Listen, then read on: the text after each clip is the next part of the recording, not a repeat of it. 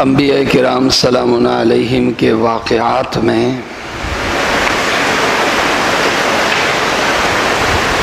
ایک مشترک لفظ جو قرآن کریم میں پڑھنے کو ملتا ہے وہ ہے توکل۔ توکل کا مطلب ہے اسباب اختیار کرنا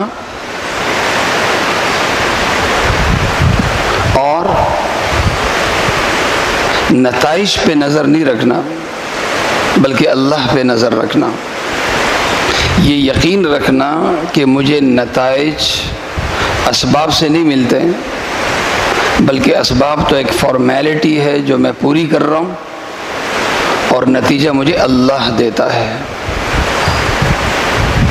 ایک کسان کھیت میں دانہ ڈالتا ہے،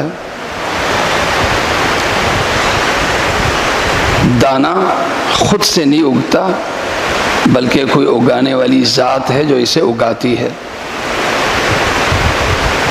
میاں بیوی کے ملنے سے،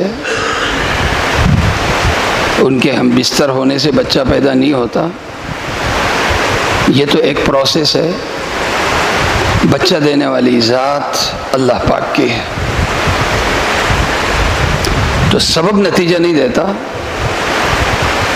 دکھنے میں اگرچہ ہے سبب سے نتیجہ آ رہا ہے، لیکن حقیقت یہ ہے کہ سبب سے نتیجہ نہیں آ رہا، نتیجہ اللہ کے حکم سے آ رہا ہے۔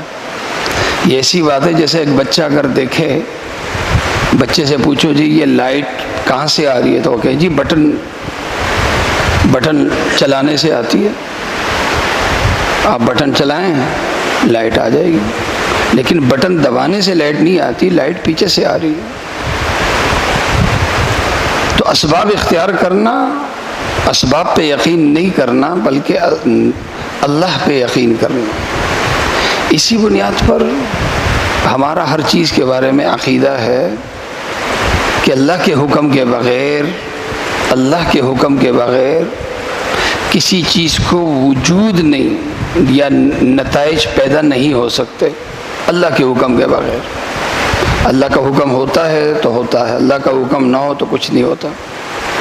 لیکن اللہ نے ہمیں اپنے مطلوبہ نتائج حاصل کرنے کے لیے اسباب کا پابند کیا ہے۔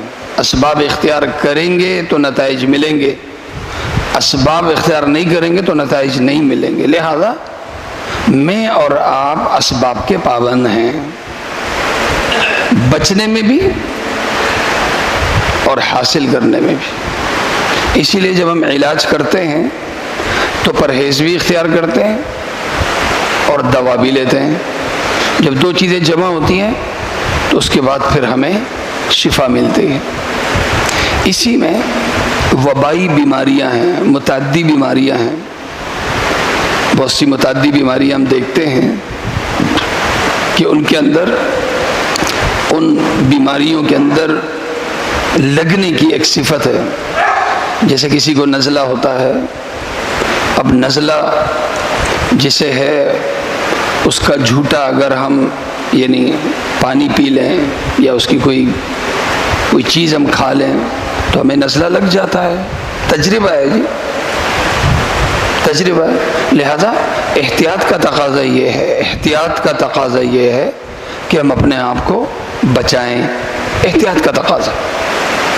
اور یہ احتیاط دین کے خلاف نہیں ہے، دین کے خلاف نہیں۔ عقیدہ تو یہی رکھیں کہ اللہ کے حکم کے بغیر کچھ نہیں ہوتا، بیماری پیدا نہیں کرتی بلکہ بیماری اللہ کے حکم سے پیدا ہوتی، عقیدہ یہ ہو۔ لیکن احتیاط کیا ہو؟ احتیاط یہ ہو کہ بیماری پیدا تو نہیں کرتی لیکن بیماری کا سبب ہو سکتی ہے، بیماری کا سبب ہو سکتی، لہذا احتیاط کے پیش نظر میں اپنے آپ کو بچاؤں۔ تو جس طرح فلو کے وقت ہم اپنا بچاؤ کرتے ہیں تو ابھی ماہر ڈاکٹروں نے بلکہ پوری دنیا کے ماہرین نے کرونے کے حوالے سے ہمیں احتیاطی تدابیر کا پابند کیا ہے۔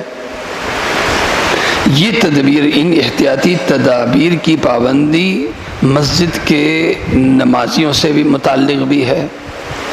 اب جو احتیاطی تدابیر ہیں وہ تو ہیں بہت سخت. احتیاطی تدابیر میں یہ ہے کہ باہر گیٹ پہ چوکیدار ہو، جو ماسک پہنا ہوا نہ ہو اسے مسجد کے اندر نہ آنے دیا جائے، نمبر 1. دوسرے نمبر پہ یہ ہے کہ یہ چیک کرو کہ کس کو نزلہ ہے، کس کو زکام ہے، کس کو بخار ہے، باقاعدہ چیکنگ ہو. اسی طرح جس کی عمر 60 سال سے اوپر ہے ان سے بھی معذرت کر دی جائے گی، جی آپ اندر نہ آئیں. پھر یہ کہ سوشل ڈسٹینس کا پابند کر دیا جائے کہ تقریباً 3 سے 6 فٹ اس کا فاصلہ رکھ دیا جائے. اگر اس مسجد میں اس کا فاصلہ رکھیں گے تو میرے خیال میں 100 میں سے 20 نمازی رہ جائیں گے، باقی سب آؤٹ ہو جائیں گے. تو یہ تو میں نے چند بتا دی آپ کو. اگر اس پہ ہم عمل کریں تو ہمارے جتنے نمازی ہیں ان نمازیوں میں 20 سے 30% رہ جائیں گے، باقی سب آؤٹ ہو جائیں گے. لیکن کم سے کم ہم جو کام ہم کر سکتے ہیں، جو ہمارے لیے بالکل آسان ہے، ممکن ہے، وہ ہے ماسک کی پابندی. ماسک کی پابندی یہ تو ہم کر سکتے ہیں. ایک یہ کر لیں کہ بھائی ابھی سے طے کر لیں کہ ماسک کے بغیر ہم مسجد میں نہیں آئیں گے. میرا بھی ماسک نہیں انشاءاللہ، زور سے ہم شروع کر دیتے ہیں. جب ہدایات آ گئی، اب ہدایت کا مطلب ہے حکم، اس کی اطاعت ضروری. ایک ہم یہ کر لیں. دوسرے نمبر پہ آپ حضرات سے میری درخواست کہ کسی کو بھی اگر نزلہ زکام ہو، بخار ہو، تو وہ گھر پہ بھی نماز پڑھے گا، چونکہ معذور ہے، عذر ہے، گھر پہ بھی نماز پڑھے گا تو اسے ثواب انشاءاللہ جماعت کا ملے گا. کیوں؟ اس لیے کہ وہ خامخواہ میں گھر میں نماز نہیں پڑھ رہا، بلکہ عذر کی وجہ سے نماز پڑھ رہا. اور ایک نہیں کئی روایات میں یہ بات آئی ہوئی ہے کہ جو عذر کی وجہ سے مسجد نہیں جاتا اسے انفرادی نماز کا ثواب نہیں بلکہ جماعت کی نماز کا ثواب ملتا ہے. اللہ تعالیٰ مجھے اور آپ سب کو عمل کرنے کی توفیق عطا